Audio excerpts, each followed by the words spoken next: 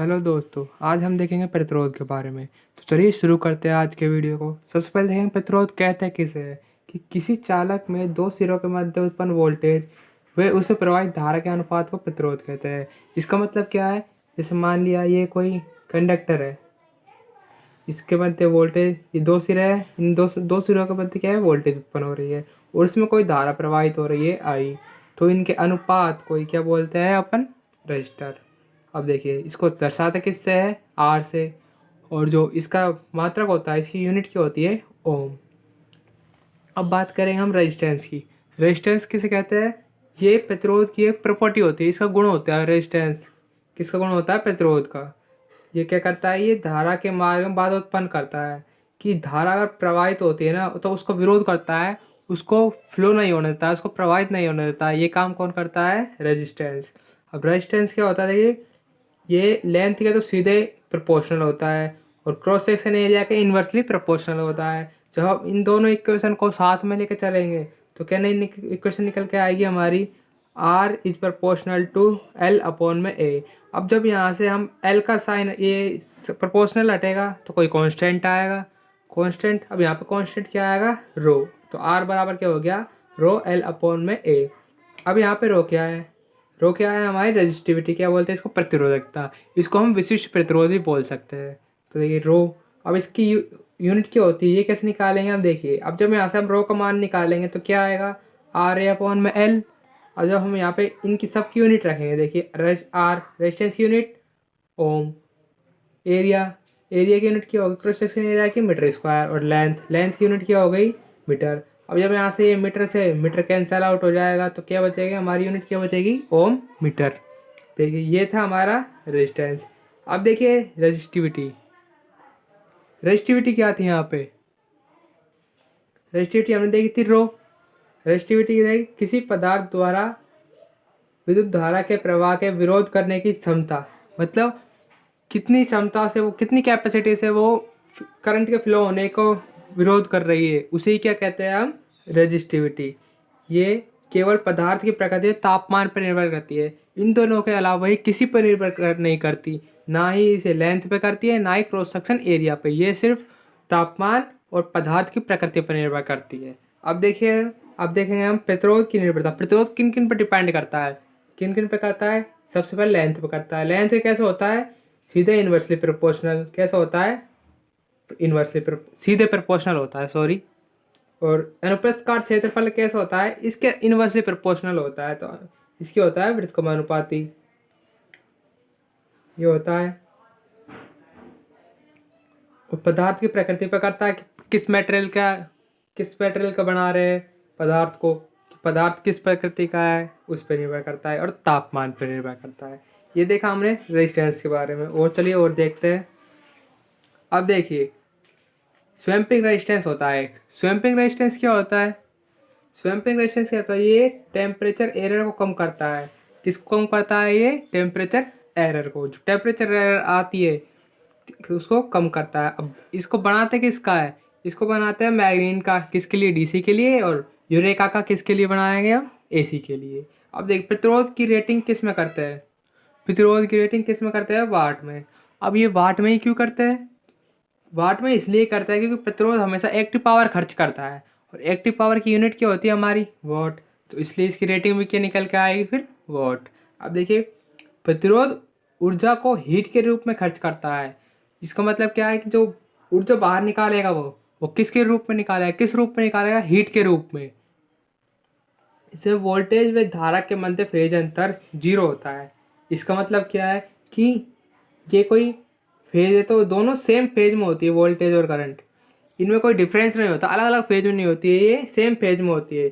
इसलिए जो इनका पावर फैक्टर निकल कर आएगा वो भी कितना निकल कर आएगा? तो cos फाई कितना निकल कर आएगा हमारा? यूनिटी। इसलिए प्रतिरोध का जो पावर फैक्टर होता है कैसा होता है? हमेशा यूनिटी। अब देखिए, अब बात करते हैं हम कंडक्टिविटी की। कंडक्टिविटी क्या होती है? चालकता। चालकता क्या होती है? ये प्रतिरोधकता का उल्टा होती है, उसका उल्टा होती है। क्या कहते? देखिए हम लिख दिया इसको, सिग्मा से डिनोट करते हैं। सिग्मा से, तो सिग्मा बराबर क्या हो गया? 1/रो। अब इसको यूनिट कैसे निकालेंगे हम? रो। प्रतिरोधकता की यूनिट क्या होती है? ओम मीटर। तो ये 1/ओम मीटर।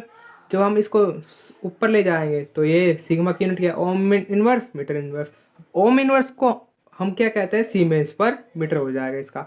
अब देखिए एग्जाम में ये ना देके आपको ये भी दे सकता है, तो हमें दोनों ही याद रखनी है। अब बात करें हम कंडक्टेंस। कंडक्टेंस क्या होता है, ये धारा के प्रवाह को सपोर्ट करता है। इसका मतलब क्या है, मान लीजिए किसी मटेरियल में करंट फ्लो हो रही है तो उसको रोकता नहीं है, क्या करता है, ये फ्लो होने देता है, उसको सपोर्ट करता है, उसको फ्लो होने में क्या करता है, मदद करता है उसकी। और विरोध कौन करता है, उसका अपोज कौन करता है, रेजिस्टेंस। तो इसलिए उसका उल्टा हुआ, तो ये देखिए इसको जी से डिनोट करते हैं। तो जी बराबर क्या आ जाएगा हमारा 1/r। अब देखिए आर की यूनिट क्या थी हमारी, ओम, तो ये 1/ओम हो गया। अब हम इसको ऊपर ले जाएंगे तो क्या निकल के आएगा, हमारा जी की यूनिट क्या निकल के आएगी, ओम इनवर्स। इसको हम मोह भी कहते हैं और इसी को हम क्या कहते हैं, सीमेंस। ये देखा हमने रेजिस्टेंस के बारे में। अब चलिए अब बात करते हैं हम effect of resistance when change in dimension. इसका मतलब क्या है, यदि हम किस पदार्थ की, किसी वायर की डायमेंशन चेंज करते हैं, डायमेंशन यानी जैसे लेंथ में चेंज कर दिया, उसके व्यास में चेंज कर दिया, त्रिज्या में चेंज कर दिया, तो उस पर क्या इफेक्ट पड़ेगा रेजिस्टेंस पे। चलिए देख, सबसे पहले हम बात करेंगे लेंथ। यदि लंबाई में परिवर्तन कर दे तो क्या होगा। तो देखिए मान लीजिए कि हमने माना यहाँ पे कोई वायर है, इसकी पहले लेंथ कितनी थी, L। अब इसकी लंबाई 12 कर दी गई बढ़ाकर, ये कितनी कर दी गई, 12। अब देखिए पहला केस देखते हैं, यदि तार की लंबाई खींचकर बढ़ाई जाए, इसका मतलब है कि तार खींच के बढ़ा रहे हैं हम लंबाई, तो इसके लिए फॉर्मूला निकल के आएगा आर न्यू बराबर n² आर ओल्ड। अब देखिए केस सेकंड देखते हैं, बिना खींचे, इसका मतलब ये तो हमने तार खींच के बढ़ा रहे हैं, और इस दूसरा केस क्या निकल के आएगा हमारा, बिना खींचे, मतलब वैसे ही बिना खींचे हम तार की लंबाई बढ़ा रहे हैं, तो क्या निकल के आएगा हमारा आर न्यू बराबर n आर ओल्ड। ये देखा हमने लेंथ के लिए। अब बात करते हैं हम त्रिज्या की। त्रिज्या के लिए क्या होगा, या व्यास की, यानी रेडियस और डायमीटर की। तो देखिए फर्स्ट केस वही सेम देखेंगे, खींच के बढ़ाए तो क्या निकल के आएगा हमारा आर न्यू बराबर आर ओल्ड अपॉन में n²। अब देखिए ये बट्टे में क्यों आया और ये गुणा इनटू में क्यों आया, ये इसलिए क्यों, देखिए आर बराबर क्या होता है, रो एल अपॉन में ए। अब देखिए ये लेंथ ऊपर आ रही है, इनटू में आ रही है ऊपर, तो इसलिए ये इनटू में आएगा एल सीधा। अब देखिए आर इज प्रोपोर्शनल टू क्या होता है, इनवर्सली प्रोपोर्शनल टू ए, तो ए को क्या लिखते हैं हम, πr², इसलिए ये नीचे आए। तो देखिए बिना खींचे बढ़ाएंगे तो क्या होगा, आर ओल्ड अपॉन में n², ये क्या हो गया हमारा, बिना खींचे बढ़ाए तो, और ये खींच कर बढ़ाए तो।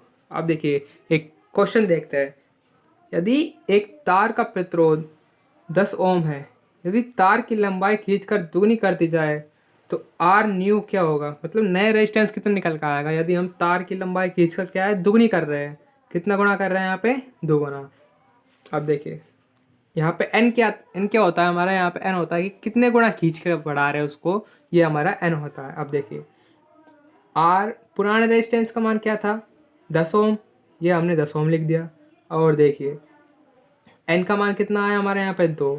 अब निकालना है हमें फॉर्मूला क्या है, जब लेंथ के लिए क्या फॉर्मूला निकल गया था हमारा, खींच कर बढ़ाई जाए जब, आर न्यू बराबर n² आर ओल्ड, तो फॉर्मूले में मान रखते जाइए। देखिए n², n का मान कितना है 2, 2 का स्क्वायर इंटू आर ओल्ड कितना है 10। जब इसको हम सोल्व करेंगे तो हमारा कितना रेजिस्टेंस निकल, नया रेजिस्टेंस कितना निकल कर आएगा, 40 ओम। ये हमने देखे effect of resistance when change in dimension.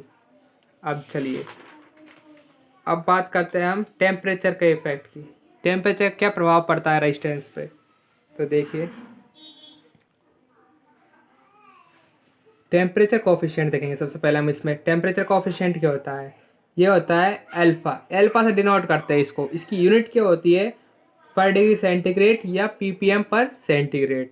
अभी देखिए ये होता क्या है टेम्परेचर कोफिशिएंट, ये तापमान में बदलाव द्वारा प्रतिरोध में भिन्नता का वर्णन करता है। इसका मतलब क्या है, यदि हम टेम्परेचर को बदल रहे हैं, टेम्परेचर को कम कर रहे हैं, ज़्यादा कर रहे हैं, तो रेजिस्टेंस में क्या परिवर्तन आ रहा है, वो कम हो रहा है या ज़्यादा हो रहा है, ये कौन बताता है, हमारा टेम्परेचर कोफिशिएंट। अब ये 3 प्रकार से होते हैं, तो सबसे पहले देखेंगे हम पॉजिटिव टेम्परेचर कोफिशिएंट की। पॉजिटिव टेम्परेचर कोफिशिएंट क्या होता है, देखिए यदि हम देखें टेम्परेचर बढ़ा रहे हैं तो हमारा रेजिस्टेंस भी बढ़ रहा है उसके साथ।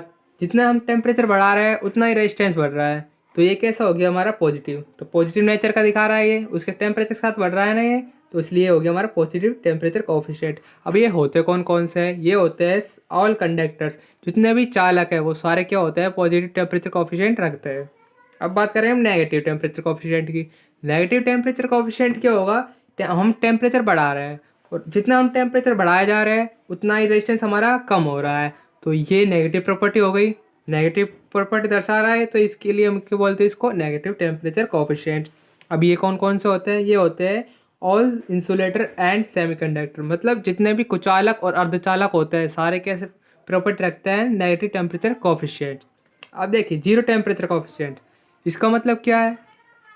हम टेम्परेचर बढ़ा रहे हैं और टेम्परेचर बढ़ाने पर हमारे रेजिस्टेंस में कोई चेंज नहीं आ रहा, ना ही वो कम हो रहा है ना ही ज़्यादा हो रहा है, तो इसलिए इसे क्या कहते हैं हम? Zero temperature coefficient. ये होते हैं कौन कौन से? ये होते हैं मैग्नीन और यूरेका। अब देखिए अब फॉर्मूला निकालते हैं इसके लिए। देखिए ये हमने एक ग्राफ खींच लिया, आर नोट, ये आर टी, यहाँ तक का रेजिस्टेंस कितना है हमारा? शुरुआत तक का, जहाँ तक 0 डिग्री टेम्परेचर तक कितना है? R naught. अब जब हम T2 कर दिया, टेम्परेचर बढ़ा दिया, तो हमारा प्रतिरोध ही बढ़ेगा, तो कितना निकल के आ गया हमारा? ये RT हो गया ये। अब देखिए हमें मान ये दे रखा है, ये दे रखा है।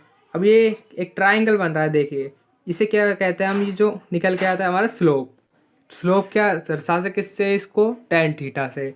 अब देखिए इसकी वैल्यू निकालनी है हमें, तो कैसे निकालेंगे? इस पूरे में से इसको घटा के, इस पूरे में से ये वाली वैल्यू घटाएंगे तो ये निकल के आ जाएगा हमारा, तो कितना निकल जाएगा? R T minus R naught. अब देखिए स्लोप tan थीटा बराबर क्या होता है? लंब बटा आधार। tan थीटा बराबर लंब बटा आधार होता है। अब देखिए यहाँ पे लंब क्या है इस वाले त्रिभुज में? ये है R T minus R naught, तो tan थीटा बराबर हो गया R T minus R naught. और आधार क्या है हमारा? ये डेल टी। डेल टी क्या होता है? T2 माइनस T1, मतलब उसमें कितना परिवर्तन हो रहा है, टेम्परेचर में परिवर्तन कितना हो रहा है, उसे क्या कहता है? डेल टी होता है वो। अब देखिए एल्फा नोट हमने देखा था टेम्परेचर कोफिशिएंट। अब एल्फा नोट क्या है? 0 डिग्री टेम्परेचर पर टेम्परेचर कोफिशिएंट। अब ये एल्फा नोट फॉर्मूला क्या होता है इसका? स्लोप अपॉन में आर नोट। अब देखिए एल्फा नोट स्लोप क्या है हमारी? स्लोप निकाली थी अभी हमने, देखिए रही R T minus R naught upon में डेल टी, तो ये R T minus R naught upon में डेल टी, और ये आर नोट है ही। अब देखिए हमें इधर पे इसको भेजना है, तो हमें वैल्यू किस निकालनी है? आर टी की, तो इसको हम इधर भेज देंगे R T del T R naught को, तो alpha naught del T R naught बराबर क्या निकल के आ गया हमारा? R T minus R naught. अब हमें आर टी की वैल्यू चाहिए तो हम इस आर नोट को इधर भेज देंगे, तो देखिए फिर क्या होगा? आर टी की वैल्यू कितनी निकल के आ जाएगी हमारी? Alpha naught del T R naught plus R naught. अब देखिए यहाँ से आर नोट कॉमन आ रहा है, तो आर टी बराबर क्या हो जाएगा? कॉमन ले लेंगे जब आर नोट को, आर नोट ब्रैकेट में 1 plus alpha naught del T. ये हमारा क्या फॉर्मूला निकल के आ गया इसके लिए? ये टेम्परेचर के लिए फॉर्मूला निकल के आ गया। ऐसे क्वेश्चन आते हैं हमारे एग्जाम में। अब देखिए अब बात करेंगे हम कनेक्शन ऑफ रेजिस्टेंस की। कनेक्शन करते हैं मतलब संयोजन दो प्रकार से होता है, एक तो श्रेणी क्रम संयोजन, दूसरा समांतर क्रम संयोजन। सबसे पहले बात करेंगे हम श्रेणी क्रम संयोजन की। श्रेणी क्रम संयोजन क्या होता है?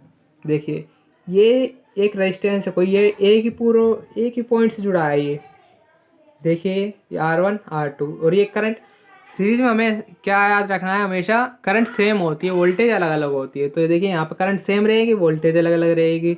अब देखिए V बराबर क्या होता है? IR होता है। अब V बराबर IR हो गया।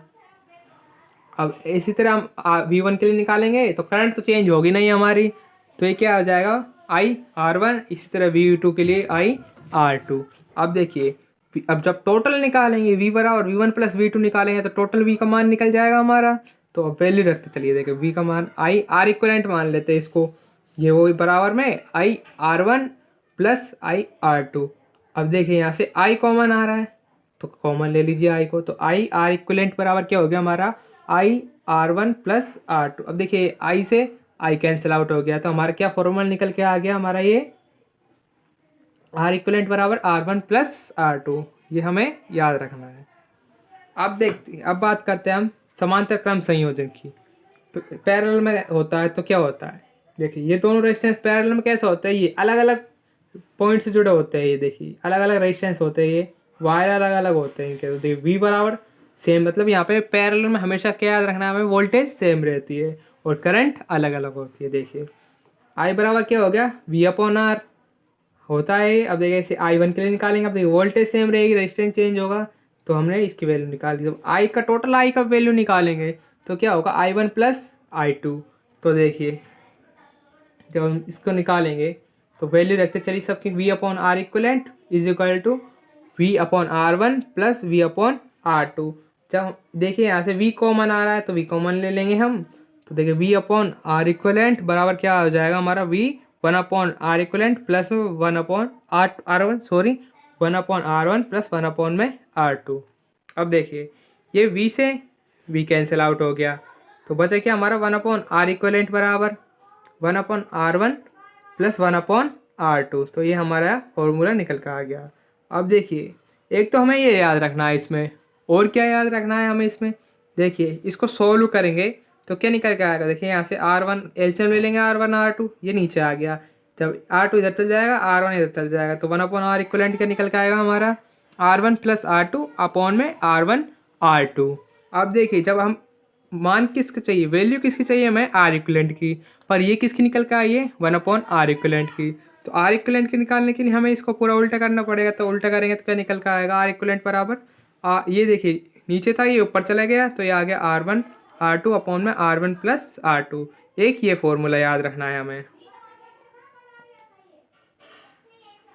अब देखिए एक कंडीशन ये और दे दे आपको कि प्रत्येक प्रतिरोध का मान समान हो, मतलब पैरेलल में जितने भी रेजिस्टेंस लग रहे हैं सबका मान क्या हो, सेम हो।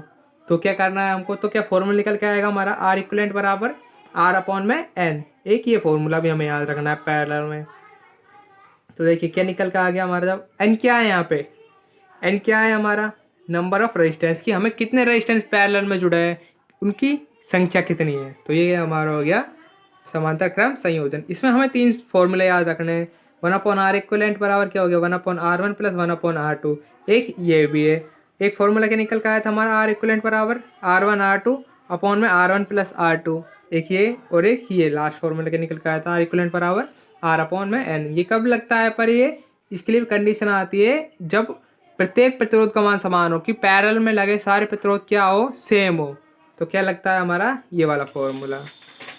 अब देखिए अब बात करते हैं हम स्टार डेल्टा कनेक्शन की, कि स्टार डेल्टा कनेक्शन क्या होता है। देखिए सबसे पहले हम देखेंगे इसमें स्टार टू डेल्टा कन्वर्जन, मतलब क्या है इसका, हम स्टार को डेल्टा में चेंज कर रहे हैं।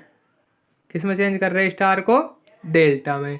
तो क्या होगा हमारा, देखिए स्टार स्टार हम ऐसे बनाते हैं, ये डेल्टा हो गया हमारा। अब देखिए ये हमने मान लिया R1, ये मान लिया R2, ये क्या मान लिया R3, और ये डेल्टा ये मान लिया हमने R12, ये मान लिया R23, ये मान लिया R31। अब देखिए R12 कहाँ है हमारा, यहाँ पे। ये देखिए ये दो रेजिस्टेंस से जुड़ रहा है। ये देखिए एक तो R1 से जुड़ रहा है, एक R2 से जुड़ रहा है। किन किन से जुड़ रहा है, R1 और R2 से, इसलिए हमने R12 लिख दिया यहाँ पे। ये दो से जुड़ रहा है, ये भी 2 और 3 से, तो R2 से लिख दिया। और ये 3 और 1 से जुड़ रहा है, तो इसलिए R31 लिख दिया। अब देखिए R12 की वैल्यू निकालेंगे तो क्या आएगा, R12 किन किन से जुड़ रहा था, एक तो R1 से जुड़ रहा था, एक R2 से जुड़ रहा था। तो यहाँ पे हम दोनों को ऐड कर देंगे, तो क्या आ गया, R12 बराबर R1 प्लस R2। अब प्लस में क्या लिखना है, यहाँ पे हमने इन दोनों को ऐड किया था, और फिर आगे क्या करेंगे, मल्टीप्लाई कर देंगे, तो R1 R2। अब बट्टे में क्या लिखेंगे, जो बच गया, बचा क्या है यहाँ पे, तो ये R1 R2 आ गया, बचा क्या यहाँ पे R3, तो ये R3 आ गया। अब जब हम इनको पूरे को सोल्व करेंगे तो क्या निकल के आएगा हमारा मान, R12 बराबर R1 R2 plus R2 R3 plus R3 R1 upon में R3। अब देखिए जब हम R1 R2 R23 R31 ये तीनों निकालेंगे तो यहाँ से ऊपर की वैल्यू है जो चेंज नहीं होगी, हमेशा नीचे की वैल्यू चेंज होगी, ऊपर की वैल्यू कभी चेंज नहीं होगी। तो देखिए R23 ऐसे निकालेंगे तो क्या निकल कर आएगा, R1 R2 plus R2 R3 plus R3 R1। ऊपर वाली वैल्यू हमेशा क्या रहेगी, सेम। तो चेंज किस में होगा, नीचे वाली वैल्यू में। तो देखिए यहाँ पे हम इसको ऐसे भी याद रख सकते हैं, देखिए यहाँ पे R1 और 2 आ गया, बचा क्या यहाँ पे 3, तो ये 3 आ गया यहाँ पे। यहाँ पे देखिए R 1 2 और 3 बचा क्या 1 बचा, तो क्या आ गया R1। इसी तरह यहाँ पे देखिए R31 R1 R2 plus R2 R3 plus R3 R1। अब 3 आ गया 1 आ गया, बचा क्या है यहाँ पे R2, तो इसलिए हमें R2। ये था हमारा स्टार टू डेल्टा कन्वर्जन। अब देखते हैं हम डेल्टा टू स्टार कन्वर्जन। ये कैसा होता है, ये मान लीजिए ये कोई डेल्टा है, इसको हमने स्टार में चेंज करना है, इसमें चेंज करना है स्टार में।